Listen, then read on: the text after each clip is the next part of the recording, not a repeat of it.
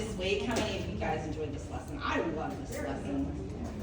And I was really disappointed that they only gave us 1 week on it, and I'm making sure everybody knows how I feel about that. So if you hear me complaining about it later, just know that's really genuinely how I feel. So anyway, I wanted to share this devotional. Oh, I forgot that you have to start recording. Yeah, something. Go ahead. You good? Yep. Okay. So this is from a devotional, 365 devotions for women by women in Our Daily Bread. And this is July 13th. It says, From Fear to Faith. Habakkuk 3:16 through 19 says, The sovereign Lord is my strength. He makes my feet like the feet of deer. He enables me to tread on the heights. And this is what they've written for this day. The doctor's words landed in her heart with a thud. It was cancer. Her world stopped as she thought of her husband and children. They had prayed diligently, hoping for a different outcome. What would they do? With tears streaming down her face, she said softly, God, this is beyond our control. Please be our strength. What do we do when the prognosis is devastating? Where do we turn when the outlook seems hopeless? The prophet Habakkuk's situation was out of his control, and the fear that he felt terrified him. The coming judgment was going to be catastrophic. Yet in the middle of all of the impending chaos, Habakkuk made a choice to live by his faith and rejoice in God. He placed his confidence and faith in the goodness and greatness of God. His trust in God compelled him to proclaim, The sovereign Lord is my strength. When we are faced with difficult circumstances, sickness, family crisis, financial trouble, we too have only to place our faith and trust in God. He is with us in everything we face. So we have a memory verse this week. It is going to be Ruth. Oh wait, wrong remote. It's not. This one's not even on. Hooray! New batteries. Okay. You want to say it with me? For where you go, I will go, and where you lodge, I will lodge. Your people shall be my people, and your God, my God. Ruth 1:16. So in this brief, short, beautiful, lovely, deep, fascinating book that we've studied this week, we learned about a family who was in Bethlehem, Judah, and went to Moab in the time of famine. Oh my goodness. I'm dropping pieces here, y'all. And the main thing I want to focus on in our lesson today is how in every situation, the entire story, God had his hand on each person's life, individually, as a person, as a family unit, as a community, as a nation. God was involved in every step of this process. Okay? And even though it looked like outstandingly bleak for Naomi and Ruth, God was their provider. They didn't make a way for themselves. What they did was follow his call. So our central idea today is that God always provides for his people. Now we see how God works like both individually and corporately. The nation of Israel was in famine because they had been turning to other gods, worshiping Baal and Ashtaroth. And so Baal and Ashtaroth were these pagan gods that when they would come together, that would create the fertility in the land. Okay, so that was like the basic boiled down. So because the Jews were worshiping these gods, basically God, let Ashtaroth and Baal provide for the fertility of the land, which resulted in a famine. And this happens over and over in Judges. This takes place in the time of Judges. And we see this pattern of Israel turning away from God, and then a righteous judge rising up, and then Israel turning back and repenting. And there's like 40 years, and then they go back and forth. Yep. I mean, y'all read it. We're not doing Judges this year. Okay. So we have families that were fleeing from the famine, and they went to Moab, and one of these families was Elimelech's family. But even in that land, they faced tragedy. So Elimelech died, and the two sons died. I didn't write down their names, I'm sorry. But what it left behind was Naomi and two young grieving widows. So we had a threesome of widows. And widows in that day, they were it wasn't a little thing to be a widow. I mean, it's not a little thing to be a widow in today's world. It's hard enough now. In those times, so the word widow, or so the root for the Hebrew word of widow is the word almanah. And it's the word alam, and it means unable to speak. So a widow was a woman who had no voice.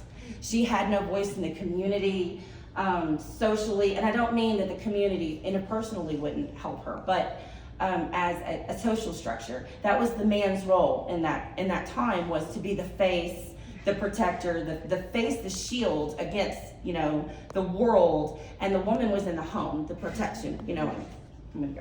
So in that day, if you didn't have a husband, you were completely unprotected.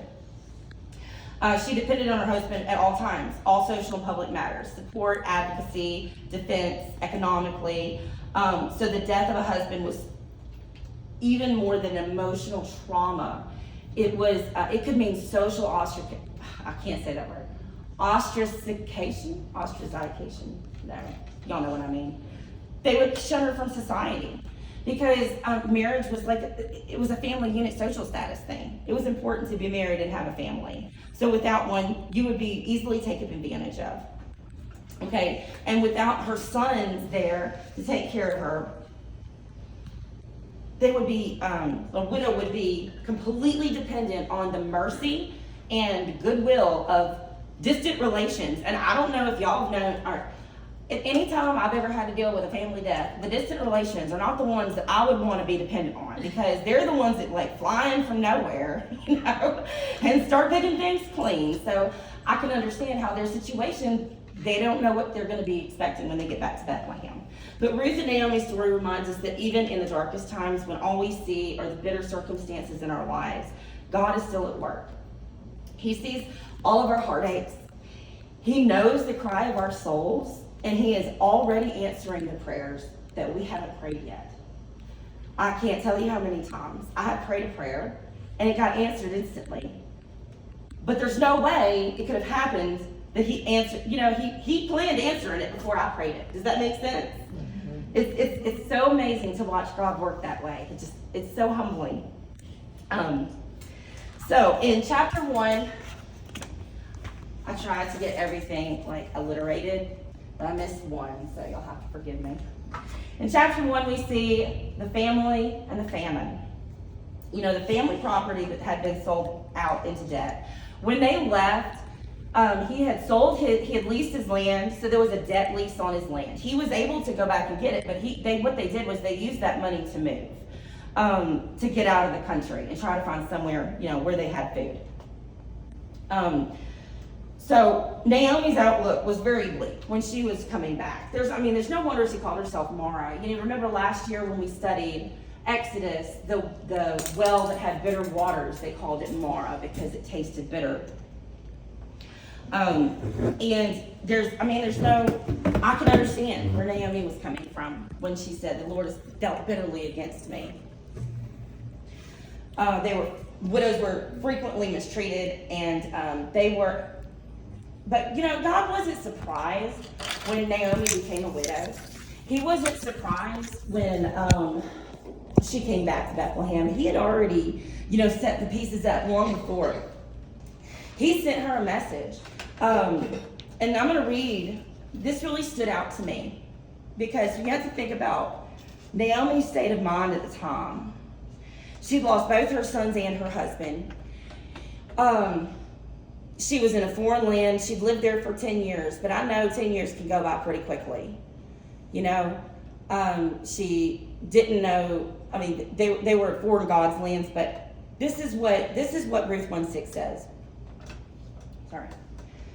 Then she arose with her daughters-in-law to return from the country of Moab, for she had heard in the fields of Moab that the Lord had visited his people and given them food. She was in a foreign country, working in foreign fields with foreign people, but God sent her a message. There's bread in Israel.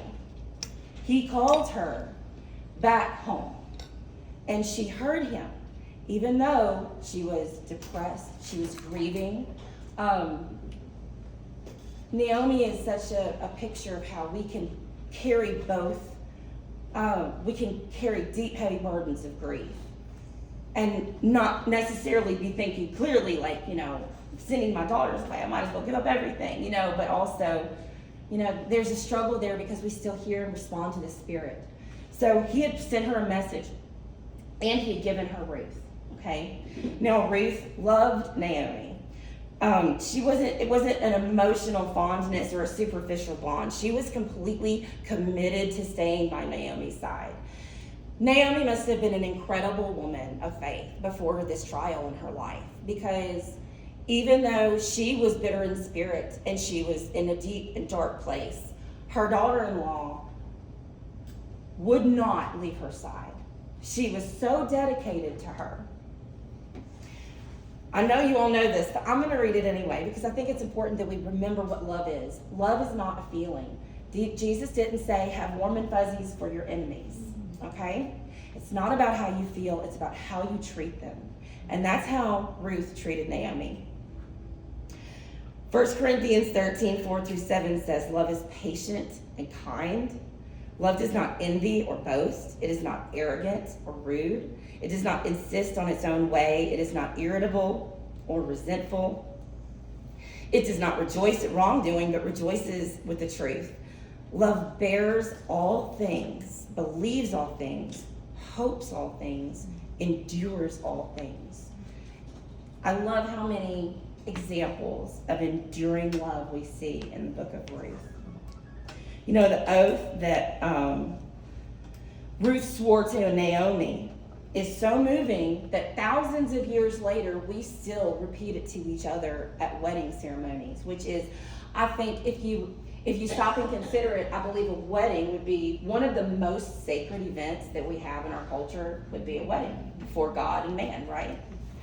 And they're her words that we say. Think about the impact she's had on hundreds of generations. So, love makes an impact on people's lives. It made an impact on Naomi, but it made an impact on us too, you know? Okay, so they get back to Bethlehem. And when Naomi is greeted by, they saw her. They're like, hey, look, there's Naomi. We haven't seen her in 10 years, you know? Naomi cried out in grief that she had gone out full and come home empty. She was mired in the reality that she faced. She could have no way of knowing that God had allowed her life to empty, as she put it, so that he could fill it back up again in a way that she could never possibly imagine. Warren, I can't remember how to say his last name. Is it Wiersbe? Wiersbe wrote a book called Victorious Christian about a woman named Fanny Crosby. I'm sure you've heard of her. I'm sure you've heard the story before, but humor me, okay? Crosby was the author of over 8,000 songs, including my favorite one, which is How Great Thou Art. Is it How Great Thou Art? Yes. I can't remember. It is that one? Mm-hmm. I get the titles mixed up, y'all. Okay.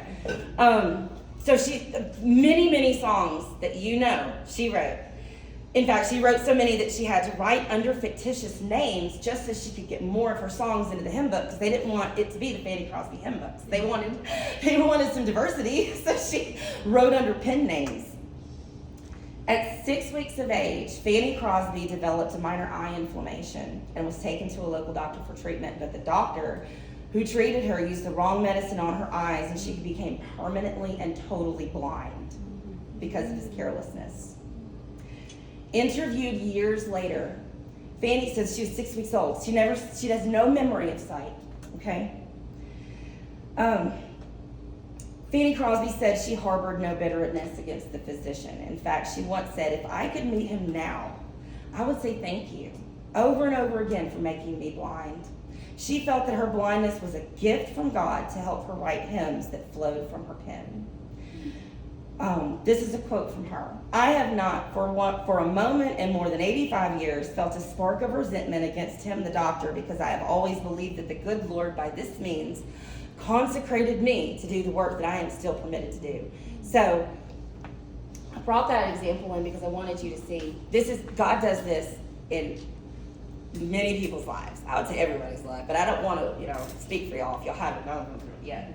then you'll blame me for that. But no, he lets us go through these things to refine us like gold in the furnace.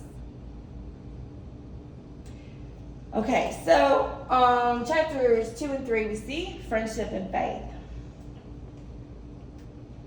I'm sorry, let me go back for a second. I wanted to wrap that point up.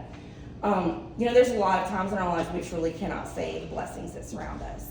Like that we are literally blind to what is right in front of us. We're blind to what God is doing. We're blind to how he is working and moving. We feel totally cut off. We're wrapped up in our heads and our own emotions. And not that we have the right to feel that way. We just become blind.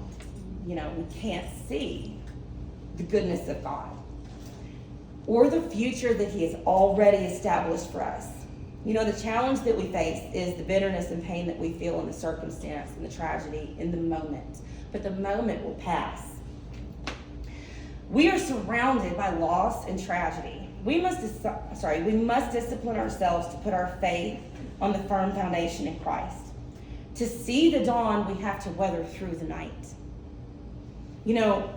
It was the evening and the morning that was the first day, not the morning and the evening. You go through the night to get to the dawn. Now we'll go to chapter 2, friendship and faith. An alliteration. So Naomi and Ruth are back in Israel, and the community had great compassion for them. Now we know that the famines were a judgment on Israel, because this is the time of the judges where the people would turn away, worship Baal, come back. We went over that. There's cycles of famine and repentance. But the Lord had visited his people and given them bread, so it must have been a time of spiritual revival. There were people who were righteous people who loved God, who loved his law, who wanted to walk in his ways that were in the land. And that's important, because when Ruth and Naomi come back, they don't know what they're coming back to. There could have been any sort of new community there or attitudes. It's been 10 years.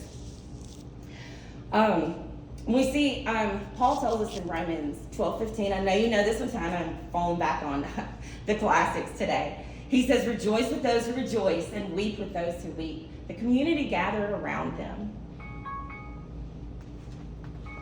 Oh my goodness. Home. You guys, I forgot about that. Oh, it's 12. Okay, y'all. Why didn't somebody say something? I didn't realize it. There's no way I'm going to get through all 5 more pages of this in 5 minutes. So let me just hit some highlights for you guys. I know there's a lot of weird cultural stuff in this chapter that you might not have completely comprehended, and any amount of Googling to sort that out came up with several different ideas. But this is what I want you to take away from this. God is going to provide for you in your life, in your circumstances. He is providing for you. Whether or not you can see it, that has to do with your perspective.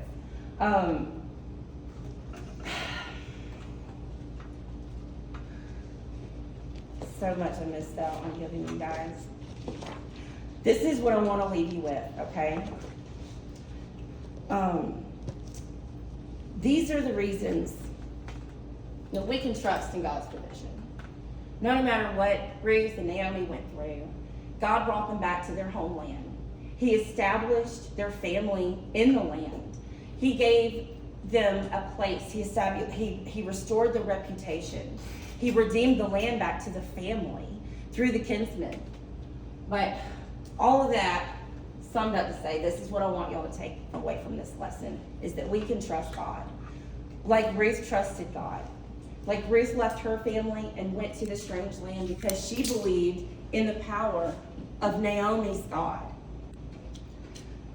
So this is what I want you to know. And I did put some scriptures up here, but I'm going to read them out to you as I go. You can trust in God's provision because his boundaries are wise. Psalm 119:32 says, I run in the path of your commands, for you have broadened my understanding. The more we know about the ways of God, the more fulfilling and rich our life will be. God always makes a way to do the right thing. He always enables us to run in the path of his commands. Secondly, you can trust in God because his timing is perfect. Every miracle we read about in the scripture was preceded